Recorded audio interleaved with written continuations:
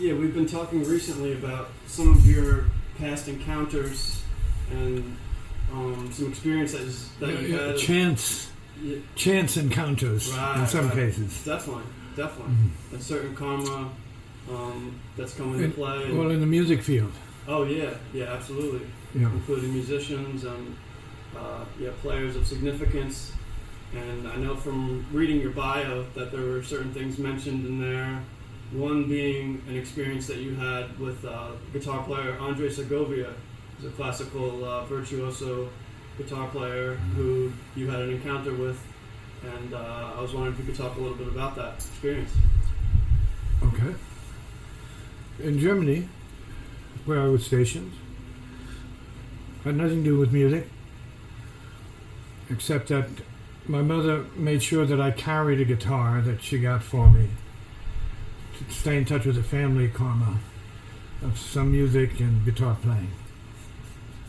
So I carried it around with me. So, make a long story short, somebody saw me with a guitar in the barracks outside of Frankfurt, Germany.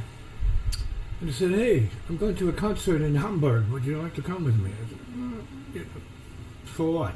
He said, "Oh, no, this is important." It was a rare concert. So I said, "All right, I have nothing better to do. Let me go with you." So we tripped out there.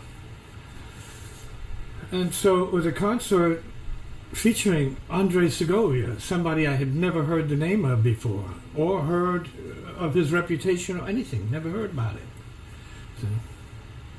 So it was a big event, and it was crowded. And I had never heard music like that, ever.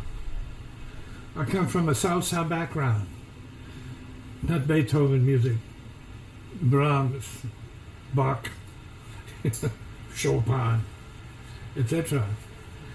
None of that. But I heard it, I was intrigued, I was fascinated. Echoes of maybe memories perhaps. I thought, interesting. This is cool. In the middle of that concert, someone coughed. I believe it was a woman coughed, and Andre just stopped the concert. So if anybody needs a reference, who's been there, who was there, they stopped the concert right in the middle of a piece.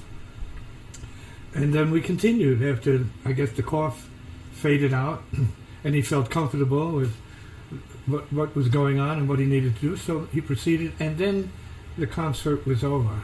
And it was a race for the exit. And I didn't go with the audience flow into the bottleneck that was trying to get out of that place.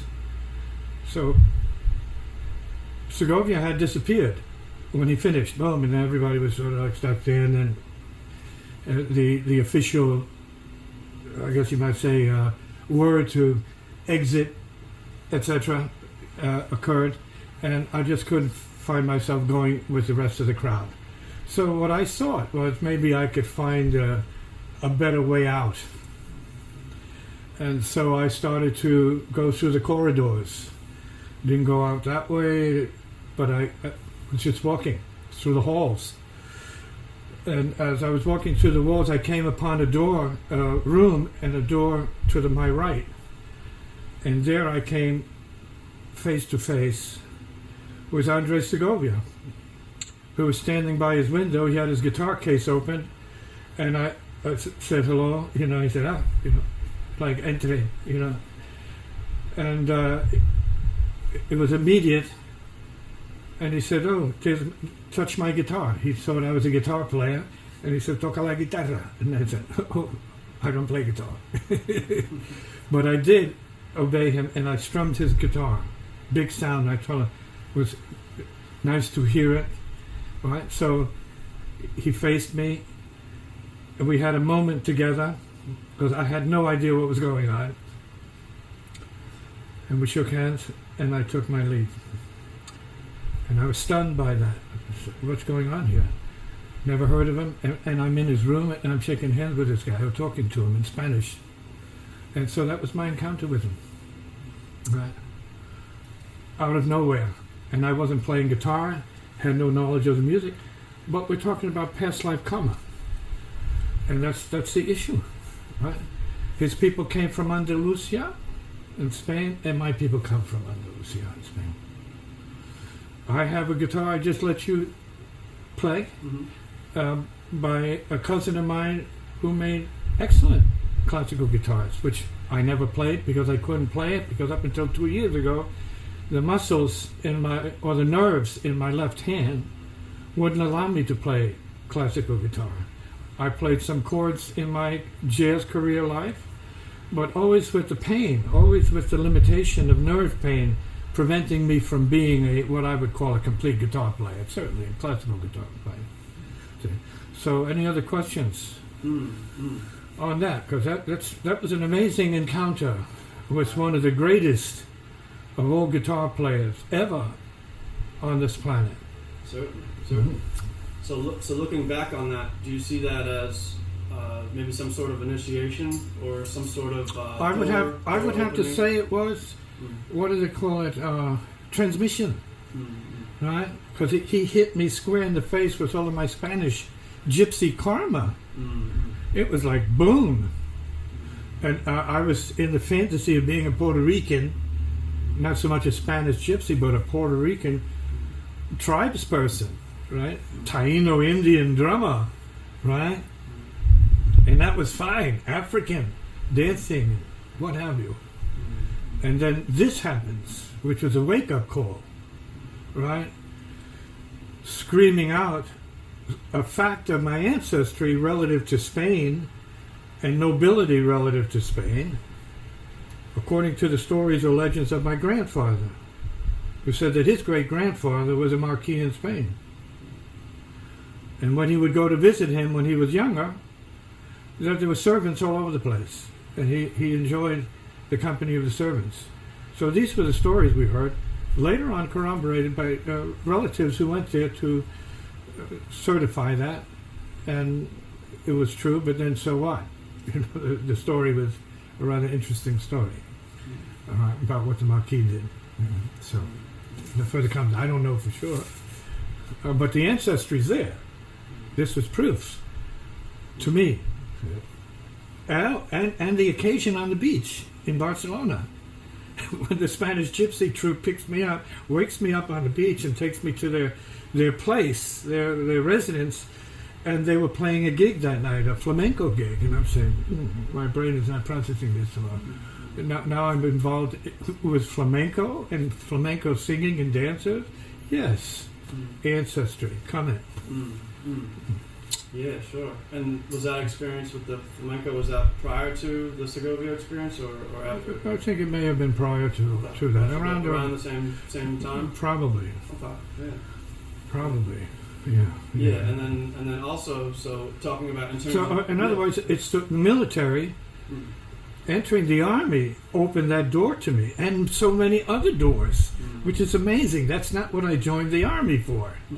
And yet, that's what happened. And many other things that also related to my spiritual side and my spiritual life, because I was in the military. And it wasn't about being in the military for killing anybody. It was really more political and more, what is the word,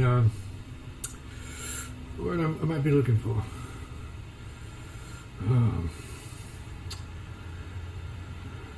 More about government and countries protecting themselves, defense, right? Survival.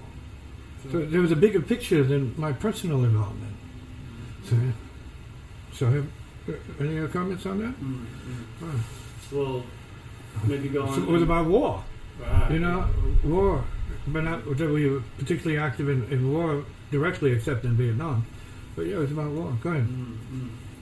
And then also, well, some more of that, the guitar karma and your family, you were speaking about your cousin making you a guitar. So your cousin was a guitar builder of classical And guitars. so was my grandfather. He was a repairman of guitars. He was a jack of all trades, master of none. Certainly was a master of himself, you know. But he was a beautiful person. And he was a mentor to me. Because he was a man as a drunk, and I loved him. Beautiful man, intelligent man. Told me when I was in grade school, become a yogi. And I said, Grandpa, what is that? I may have said this story before a few times. He said, oh, yogis live longer, healthier lives. They're wiser. And I said, okay, that stayed with me. I became a yogi. Next. So the guitar thing runs in my family, no question about it. Sure. It's a big deal. Oh, and my Uncle John. Right. One more tale to tell. My Uncle John was a friend of Django Reinhardt. He said he often met with Django when he could catch him at a gig in Europe, and he talked to Django. He loved Django. And these were stories he would tell me. And so he got me all fired up about Django, but I didn't know anything about Django. And he kept talking about the great guitar player Django. And then, I'd say this, fast forward, he heard one of my records and he says, I think you've surpassed Django with your freedom and your humor. And I said, oh, thank you, Uncle John, I appreciate that. Not that I would try to do that. I have no interest in surpassing anybody. I don't play competitively. I play creatively. Come on. Mm-hmm. Yeah, sure. So there's some pretty. I mean, you had the drumming influence maybe at an earlier age, but then as you were speaking, getting into a later age, getting into the military, and having more of this guitar karma, but it was all fused together with your roots as the drum, as a drummer. Right. Yes, and yeah, sure. So. I mean, I say it speaks to your musicality, or where you're coming from, in terms of being rooted in the rhythms, being rooted in the drum as a drum spirit, but then having the guitar and being able to song, right, melody, right. So I would play drums, and one of the characteristics that I enjoyed about drum playing in a group is the melodies and chants would come out, vocalizing. So the drumming is a motor, a generator of ideas and music, right? Melodic ideas and patterns. So I was awakened by the drums and liberated by the drums, right? Liberated physically from this world by the drums. I had many early life out-of-body experiences while I was playing drums, which is common for drummers. Drums are key. Okay, here. Yeah.